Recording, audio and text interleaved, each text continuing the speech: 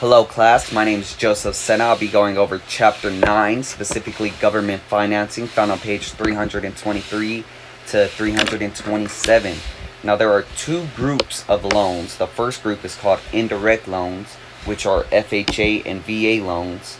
Now the second group is called direct loans, which are provided to Cal Vets. The first type of loan I'll be talking about is a FHA, known as the Federal Housing Administration. And the purpose of this program is to assist and encourage people to become homeowners. Now purchase requirements vary depending on the situation, but most are cash investments.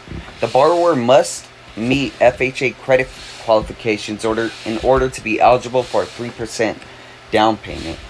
Now the FHA also requires the borrower to put a life insurance policy on themselves called a mortgage protection, so if they do pass away, then the mortgage will be paid off by the insurance company.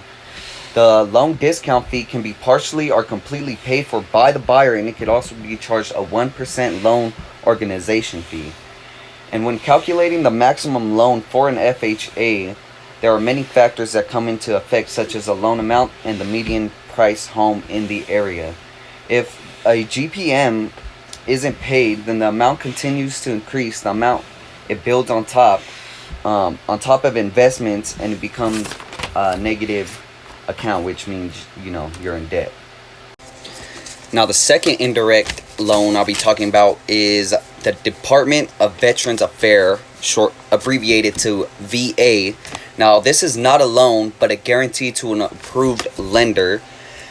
In 1944, the Servicemen Readjustment Act was passed, which gave World War I veterans benefits to help adjust them to the civil life. Now the VA guarantees 25% of the loan amount, which averages the homes average between $400,000 to $1 million. Secondary financing allows another source of funding to help attain a new loan for the veteran. Now any eligible vet can get a VA loan, but in order for them to the process that they have to go through is that they have to get a certificate of eligibility. Now once a loan has been paid off, the vet is eligible for another loan under the same entitlement, which is pretty good. Now this government financing is a little bit different from the other two, so it's in its own category called the direct loans. Now this is a California Department of Veterans Affairs, the Cal Vet, and it provides special assistance for farm and home purchases for veterans.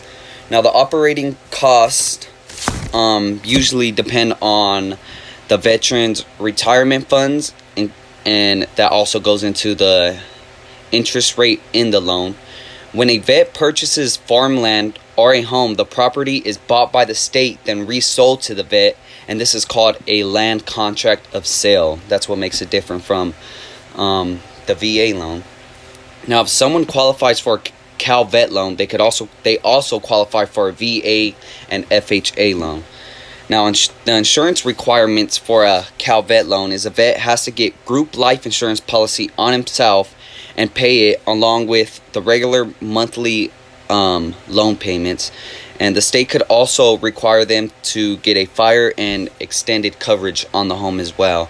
The maximum loan amounts for the Cal Vet depends on the county and the loan features. Now the vet does pay the seller the down payment on the home. So that was chapter 9, government financing, found on page 323 to 327. Thank you for your time. Have a good one.